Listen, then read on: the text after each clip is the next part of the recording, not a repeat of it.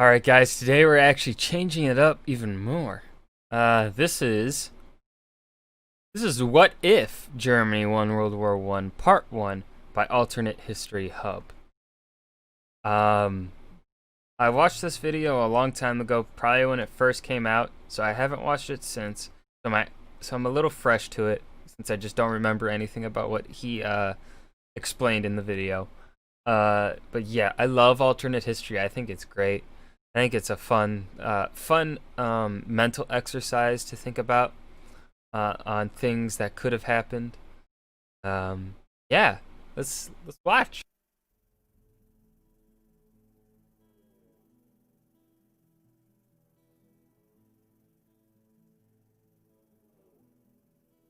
World War I was called the war to end all wars. Europe was now at a new age, a crisis, where tradition and the modern day were increasingly at odds. Industrialization progressed faster than the mentality did. The old True. noble ways of gentleman war clashed with the brutal reality of the trenches, and because of this, millions died. World War I was the war to end them all, because this was the last time the old European ideals would fight, the last time monarchies would reign. From who won and lost, new ideas replaced them for this industrial world, like fascism and communism. Simply put, it set the stage for the next. Germany in our timeline brought Russia into civil war, caused immunity in France, and almost broke the Allies in 1917. Before you know, America. It was just by bad decisions that we saw a 20th century of America. Yeah, I want to add a lot of people that are like, yeah, America didn't do much for World War One. Um, Technically, yes. In a sense, they did not do much fighting, but the idea behind hundreds of thousands of fresh men coming to the front line is a terrifying thought for a nation that has been struggling in a war for 3 years now. So the fact that America is coming in really does spell the doom to the opposing side when they've been stuck fighting in essentially the same several miles long trench lines for the past 3 years. Germany also struggling hard in 1917 as food shortages are becoming a real reality for them. Um, and the fact that they just really could not break the French and British lines on the Western Front really shows that the addition of hundreds of thousands of fresh troops coming to the lines, you kind of that's just a big L coming at you. American ascendance, when it easily could have become the German century.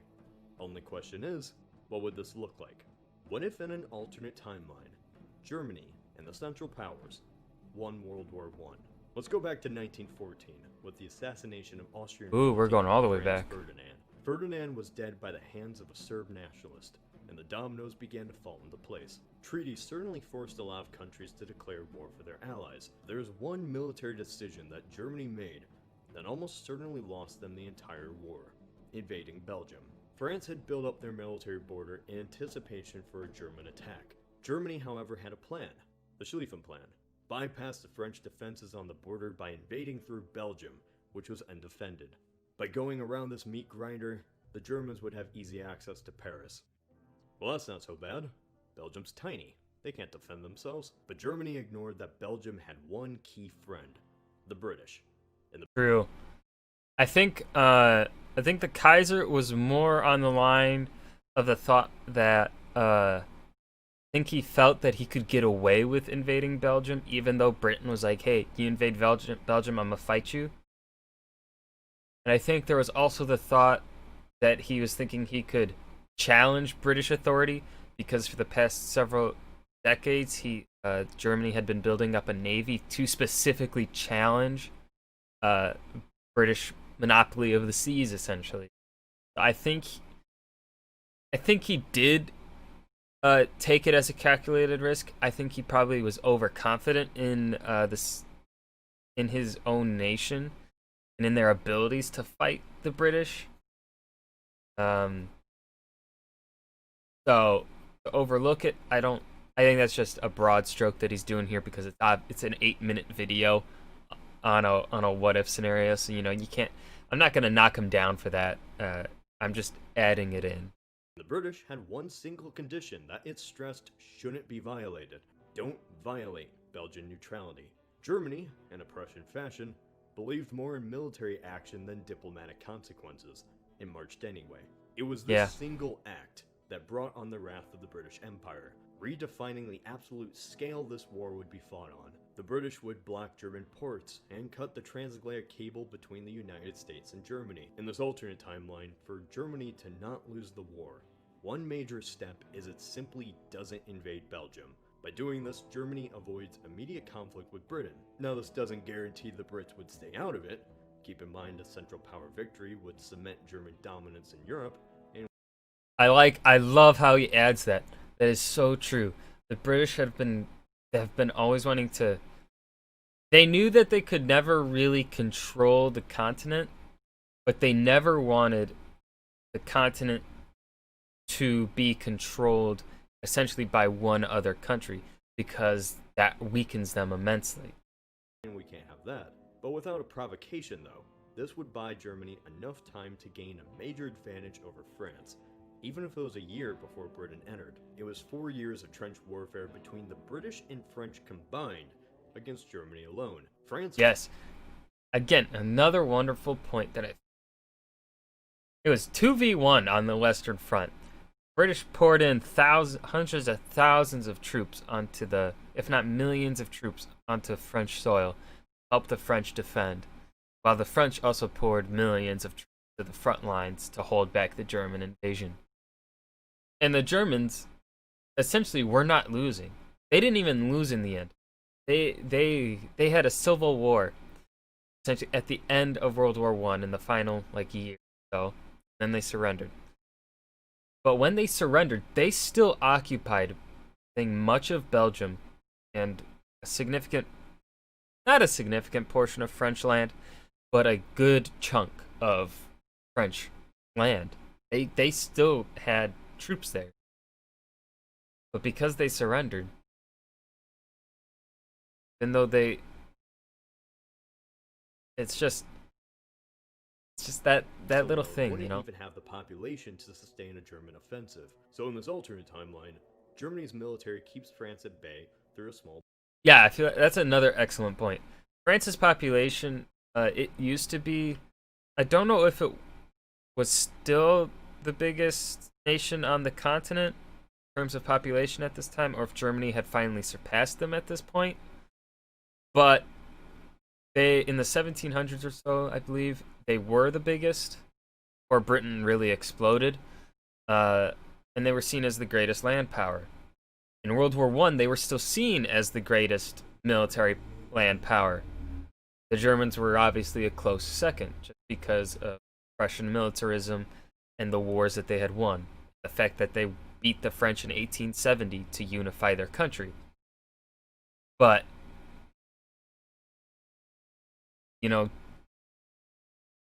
it's one of this issue, or this reasoning of population is what also kind of spells the doom for the French in World War II. The French population did not really recover at all from World War I because they lost so many.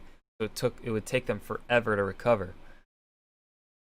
Germany, on the other hand, bounced back really fast following World War I and after the 20s and their economic downturn, their hyperinflation. They bounced back and grew huge, even along with the population territorial losses from the Treaty of Versailles.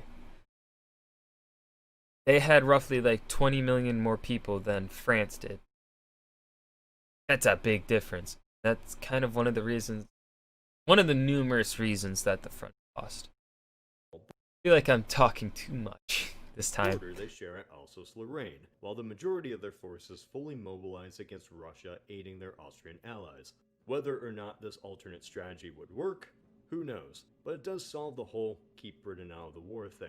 No matter what German military strategy is, Resentment is still assured against the Tsar. Revolution can still undermine the Russian war effort like in our timeline, and force the Russians to negotiate. I'll focus on this aspect in a bit. The German forces on the Eastern Front now come to the west. Millions of troops fighting in a small area until one side finally breaks. And without Britain, that side is most likely France. Germany then invades. In our timeline, Germany almost destroyed the French defense in 1917, before the Americans arrived. So it wouldn't be long before the French simply can't defend themselves and are pushed back. Soon, Paris falls. The war in the West and the East is officially over. Both sides tried to fight Germany and lost. Would Britain just sit back and allow Germany to beat two nations in a war, achieving complete dominance over mainland Europe? Probably not. They'd declare war. It's unlikely, however, that they'd win. As the British were the masters of the sea, the Germans were the dominant military of the land. It's doubtful Britain alone could put a dent in the German occupation. America would simply stay out of the war.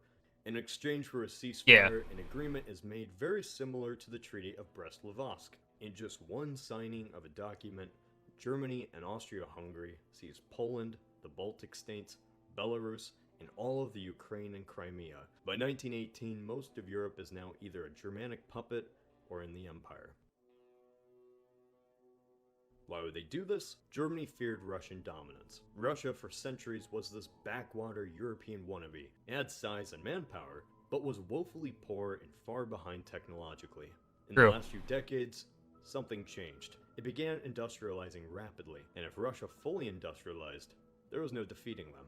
By seizing their valuable lands, diplomatically by military agreement, Germany legally can neuter the Russian state. Quarter of their population, now German. Most of their coal, now German. But this is just the beginning. If there's one thing Slavs don't like, it's being invaded and occupied. So the 2 million German troops in the east now face a guerrilla war against insurgents, including ones funded by the Soviets. France is blamed for putting the worst of the reparations on Germany, but it's not like Germany would be so kind if they were in the same position.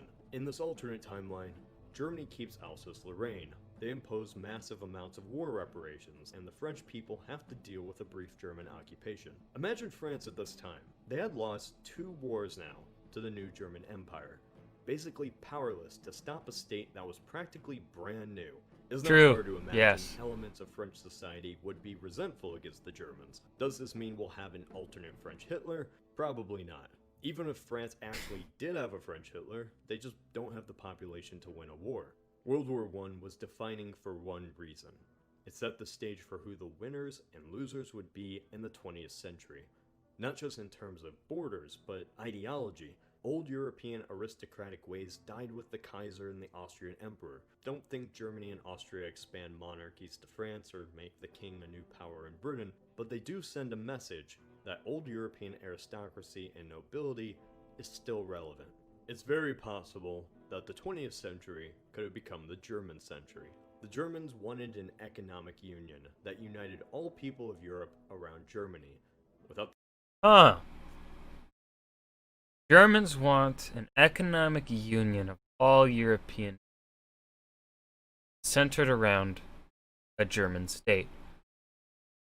Does that sound familiar to the modern day? But in a more diplomatic way. The rise of the Nazis, intellectuals, including people like Albert Einstein, continued their scientific endeavors inside Germany. However, we're just getting started. The Central Powers have established themselves as victors in this war. What matters is how they use this victory. This, however, is one scenario. This is Cody of Alternate History. Great video. I have said what I have wanted to say throughout the video. I love the amount of research this man does for his channel and for the videos that he does to dedicate to just one alternate path that the world could have taken. Don't think I have anything to add. That was a great video. Yeah. Thank you for watching. If you enjoyed, please hit that like button and subscribe for more. Thanks.